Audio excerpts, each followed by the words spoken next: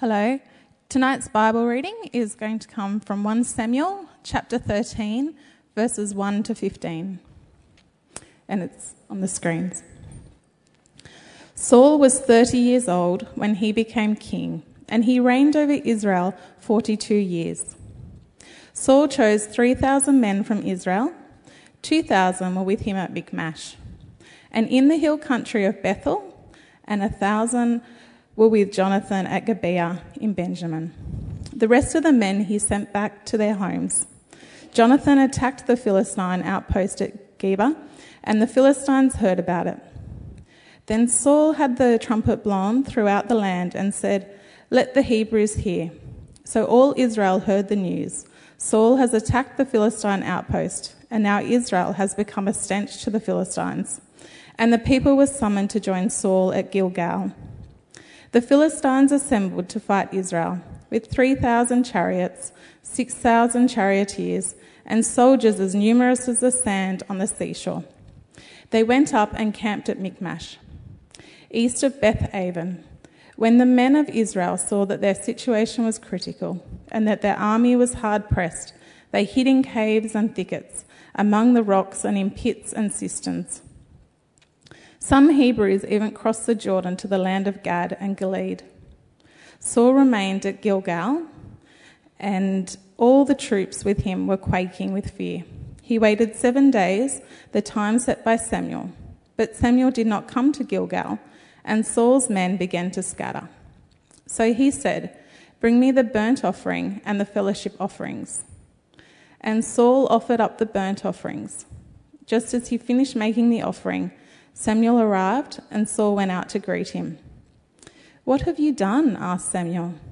Saul replied, "When I saw that the men were scattering, and that you did not come at the set time, and that the Philistines were assembling at Michmash, I thought, now the Philistines will come down against me at Gilgal, and I have not sought the Lord's favour.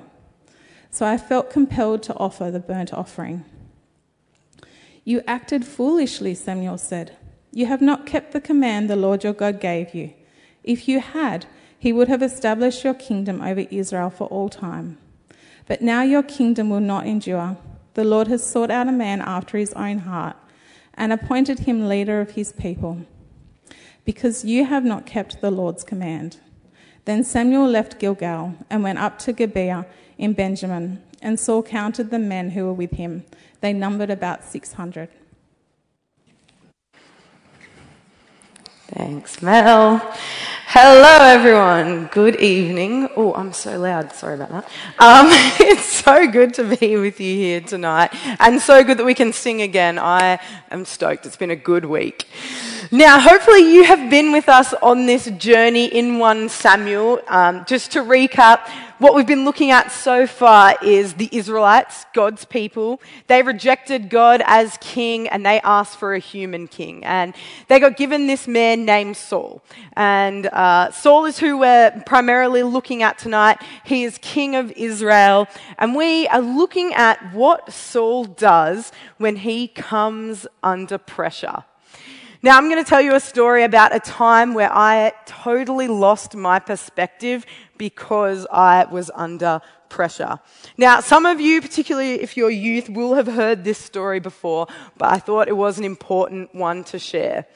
So when I was in year 12, I was very, very focused on doing well, and not just doing well, but being the best. Second place was not an option for me. If there was an assessment task, I wanted 98, and that was only good enough if it was first. I was super focused and driven on being the smartest person in my year. It was ridiculous. I wasn't very nice.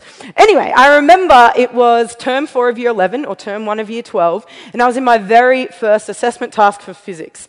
And it was a practical exam, and I remember we were there doing the assessment task, and I froze. And in my head, I just thought, this assessment task, how I perform right here, is going to affect my HSC. And for me, my HSC mark was everything. I wanted a 98 ATAR. I was like, this is it. This is my goal. And I completely freaked out. I had a massive panic attack. I've never had a panic attack before. Teachers had to take me out of the classroom, take me down to the school counsellor. It was not a good time. And I was like, I don't know what happened. I completely fell apart. And I remember a bit later in that year, I was driving to a maths exam and I felt God say to me, he just said, Ruth, when you get to heaven one day, I am not going to care what your ATAR is. And I remember in that moment, I was like, oh, all right,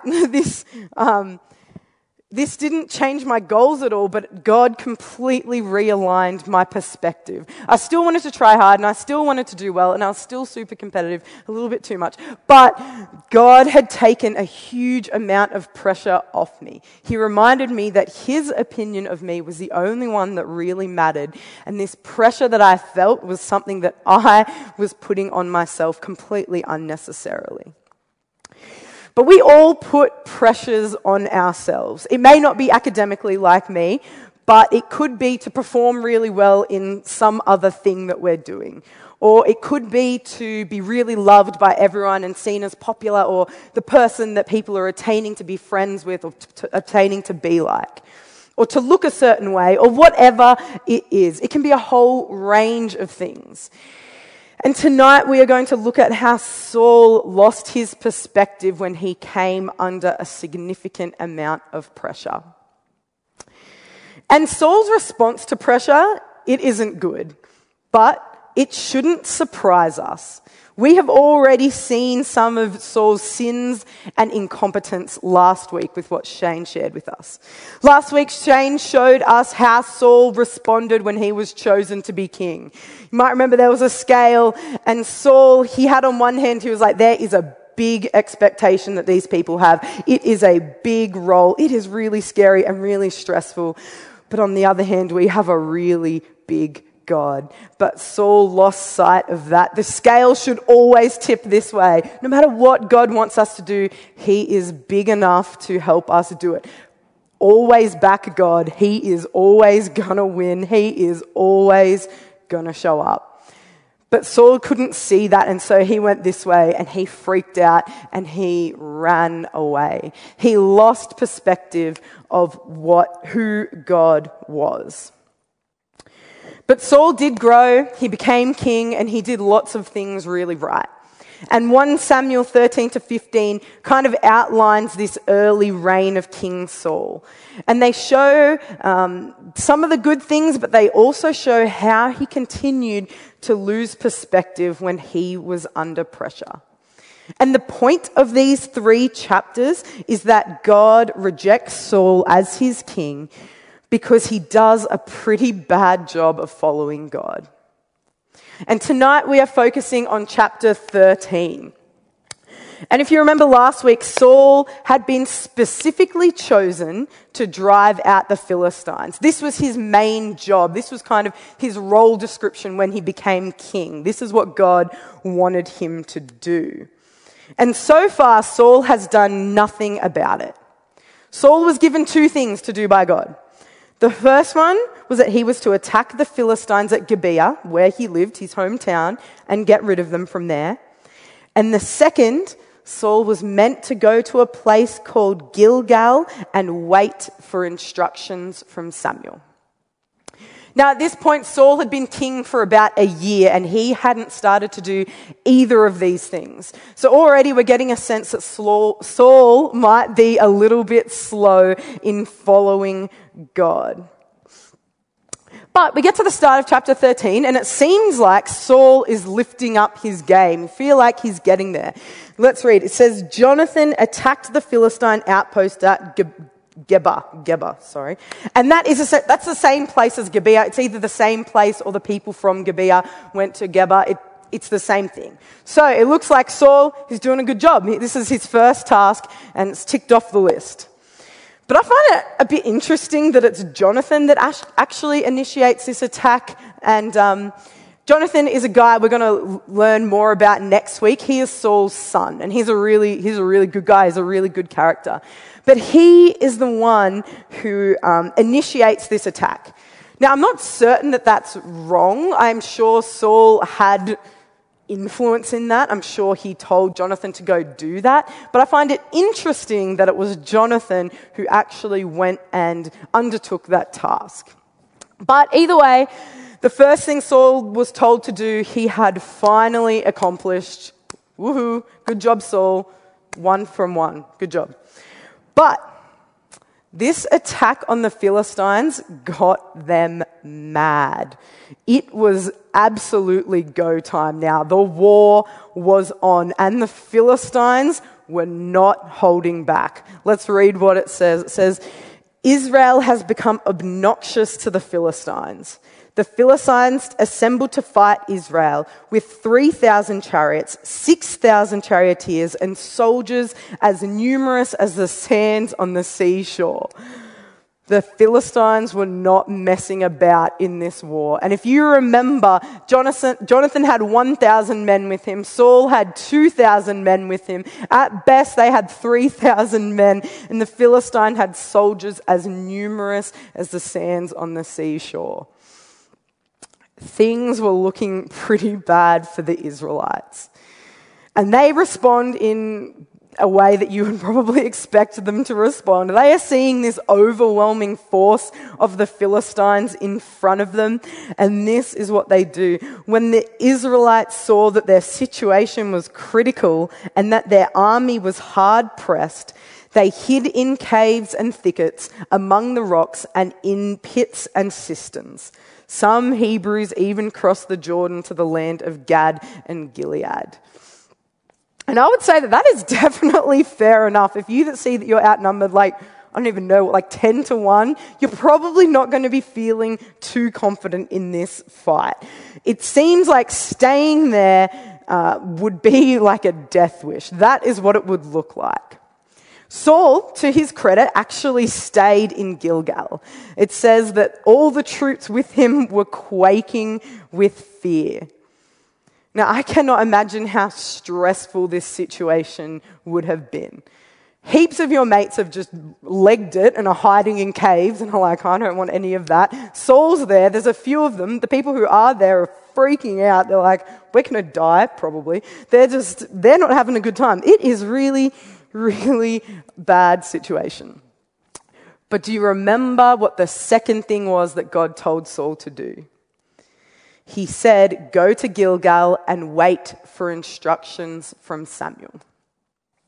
So let's see what happens. Saul's there, and it says Saul waited 7 days, the time set by Samuel. But Samuel didn't come to Gilgal, and Saul's men began to scatter. This whole situation is looking like a disaster.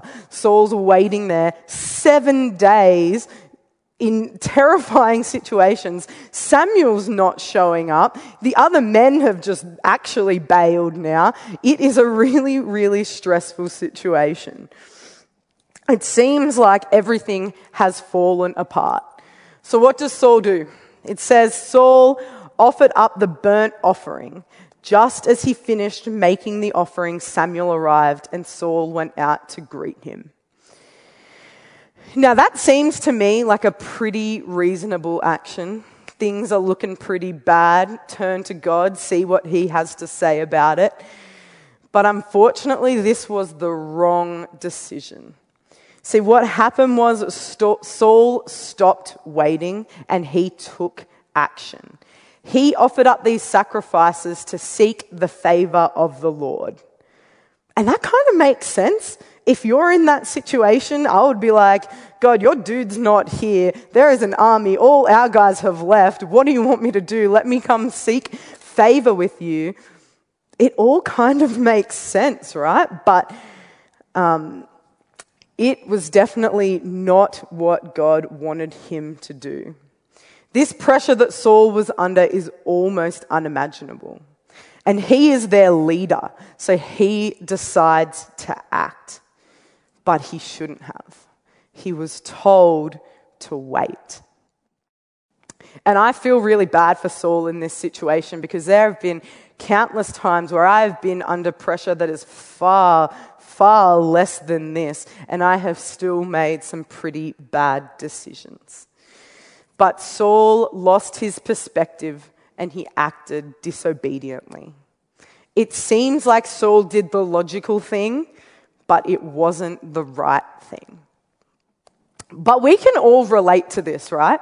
I mean, none of us, as far as I know, have ever led an army into battle and have been waiting on a word from God. But we all know what it feels like to come under pressure and to let that influence our actions. It could be something like peer pressure. We want to fit in and we want people to like us. So sometimes we do things that we just know are stupid. We feel that social pressure. It could be drinking too much, or it could be gossiping about other people. It could be being somewhere that we shouldn't. But we feel that social pressure, so we do it anyway. Or maybe it is the pressure to perform well, whether that's in sport or in study or in our jobs or in what we create or anything that we set out to do. We feel pressure because when you set goals or when you're trying to do something, people can see really easily if you have succeeded or if you're failing. And sometimes that pressure can make us not very nice people. I know this for sure. My poor mum, she said to me not that long ago, she's like, Ruth, I always know when you're stressed with work or with college or with friends or whatever.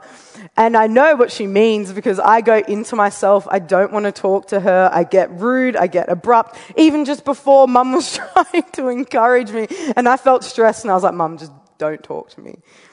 And that is terrible because when I come under pressure of that busyness or study or whatever it is, I lose my perspective and I become self-absorbed. And that is something I really need to work on. I love you, Mum. Thank you for being good to me. Or maybe it is the pressure of busyness. We stack so much onto our plates that we are either constantly running around like headless chickens, or we're sacrificing time for things that are really more important. This kind of pressure is what messes up our priorities, or it shows what our priorities really are. And I mean this in the kindest way possible, and I am saying this to myself as well. But I can promise you, you are not too busy to spend time with God. You're not, I'm not, no one is. It's just a matter of where our priorities truly lie. And I mean this for myself as well. So often I will think, this is just a really hectic week with study, or I've got a lot on for work. I'll focus on spending time with God next week when I've got more time and I've got more space and less things are on my plate. But that is just simply not true. There is never going to be a time where things are perfect and you're just going to magically fall into this beautiful habit of spending time with our God. It's not going to happen. We are going to fill our time with whatever we think is most important or whatever we want to fill it with. So unless I am learning to consistently prioritize time with God, it will never happen.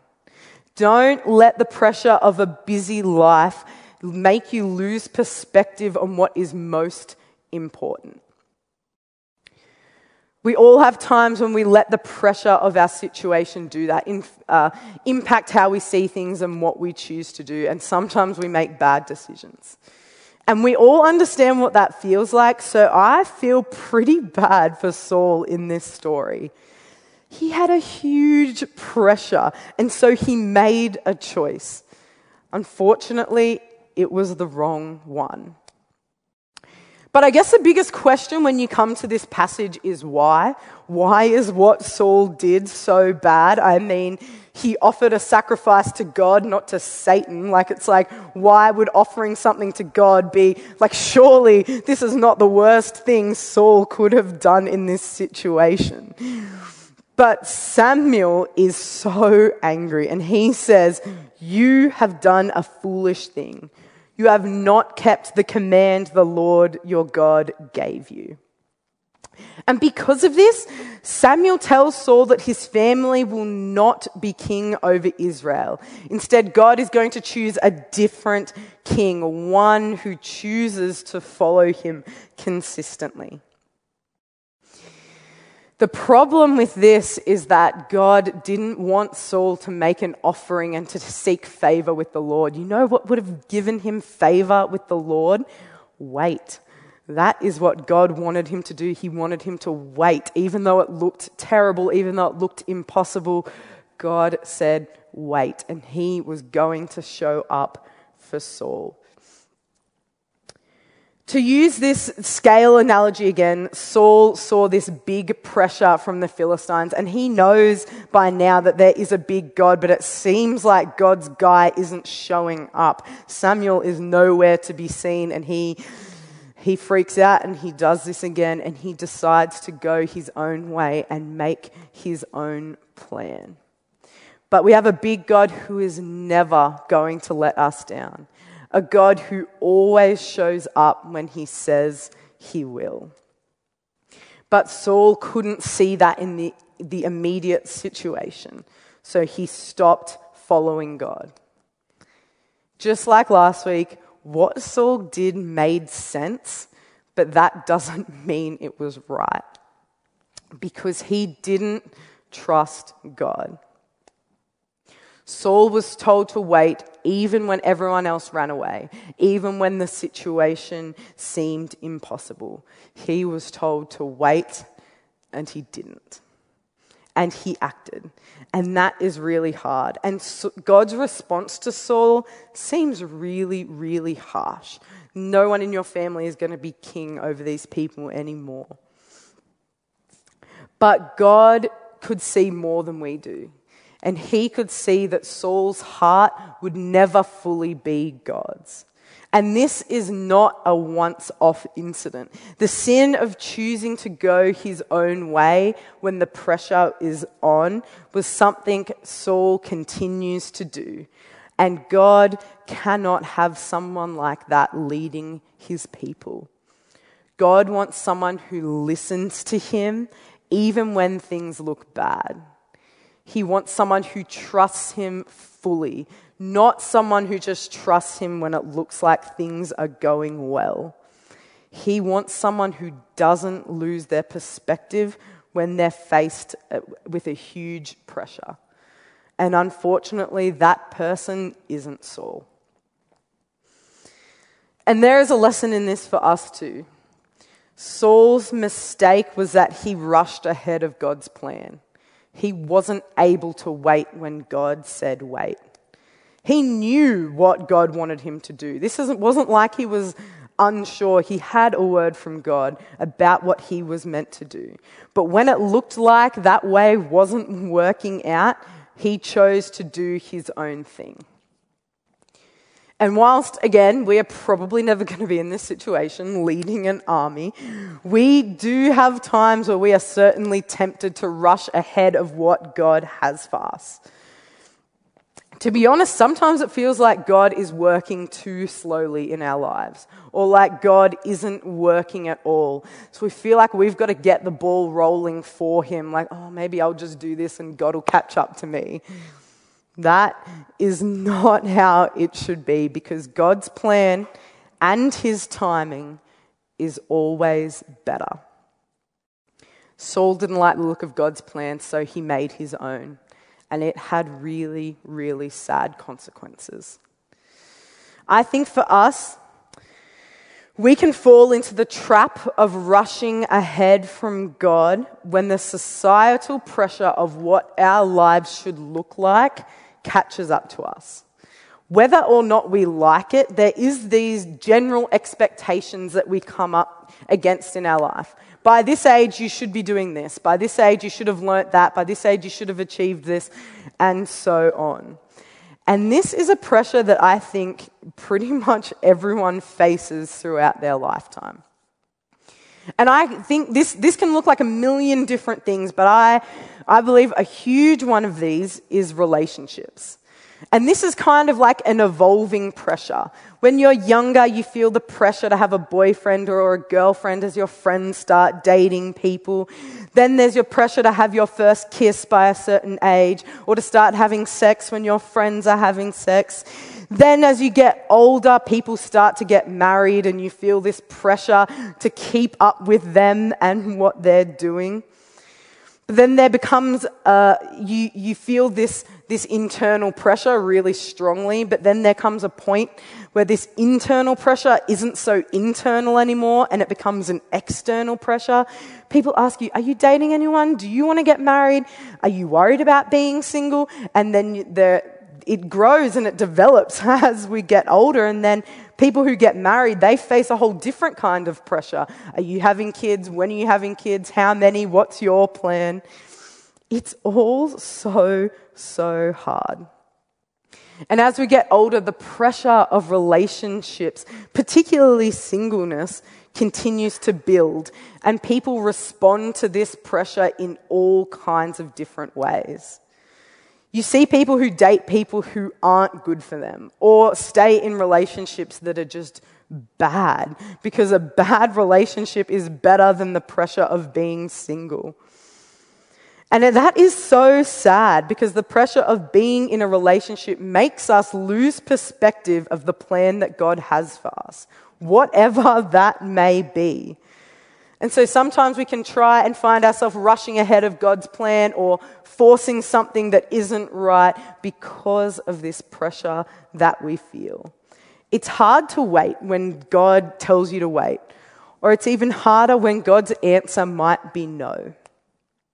But it's during these times that we need to press into God, to spend time with Him so that He can help us to maintain a correct perspective despite what the external pressures are putting on us. But relationships aren't the only sort of societal pressure that we face. People come under pressure to have a direction and to succeed in their life goals. Right from when we're little kids, we ask people, what do you want to be when you grow up? And that is not necessarily a bad thing at all. But as we get older, the answer, I don't know, becomes harder and harder to give. We expect kids in year 12 to know what they want to do with the rest of their life, to have a clear direction and a plan of how they are going to get there. But life is so much messier than that. Early 20s are confusing as people are working out who they are and what they want to do. They're asking questions like, are my dreams achievable? Do I actually want to do that? Am I going to commit to this? What am I going to commit to? What is my 10-year plan?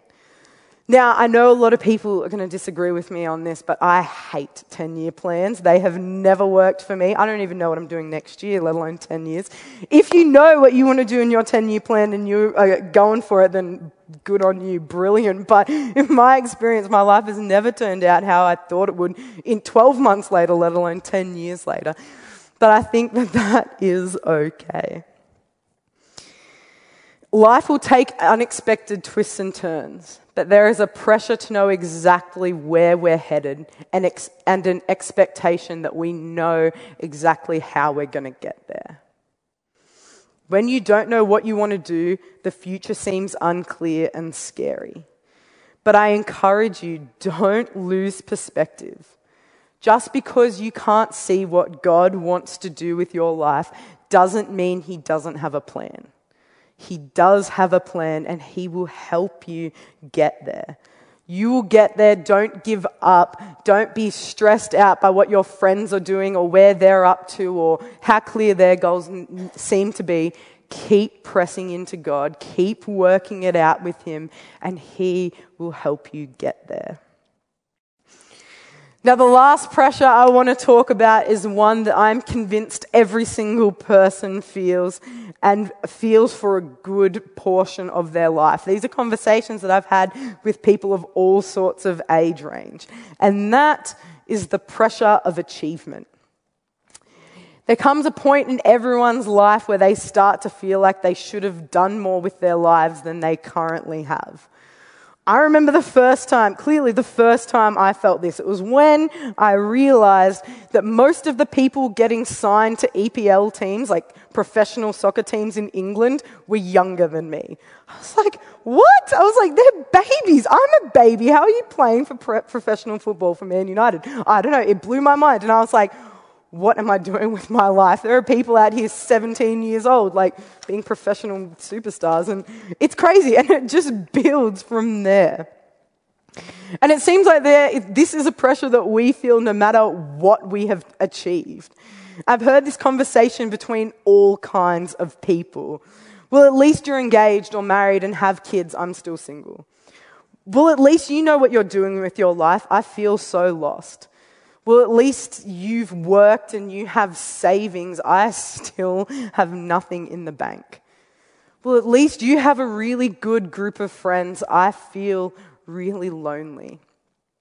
And the list could go on and on, because we can look at pretty much anyone else's life and say, well, at least you have this. I don't. I don't know if you've ever heard the saying that comparison is the thief of joy. I believe that could not be more true. We naturally have a habit of looking at someone else's life and comparing it to our own. I do this all the time. I have some of the most beautiful, creative, amazing friends in the world. I love them. They're so talented, and so often I'll be like, why is she so good at this? Or why can he do that and I can't? It is really hard, but it is really important to celebrate those things about other people, not make yourself feel bad for them. And we see this in the Bible. This is such a natural human thing to do. When Jesus is with his closest followers, one of them is very honest with him, and they have this conversation.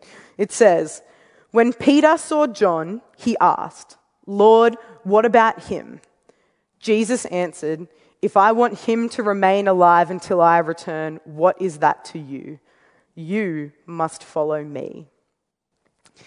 And I love this verse so much because I completely relate to Peter.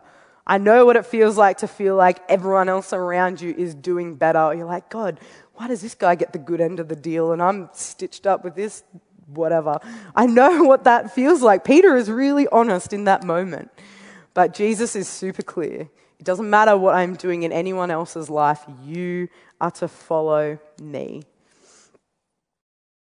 Because when we start looking around at other people's, it introduces a pressure that makes us lose perspective so easily. And soon after, we struggle a lot to continue to follow God when we feel like he has forgotten about us or he has shortchanged us.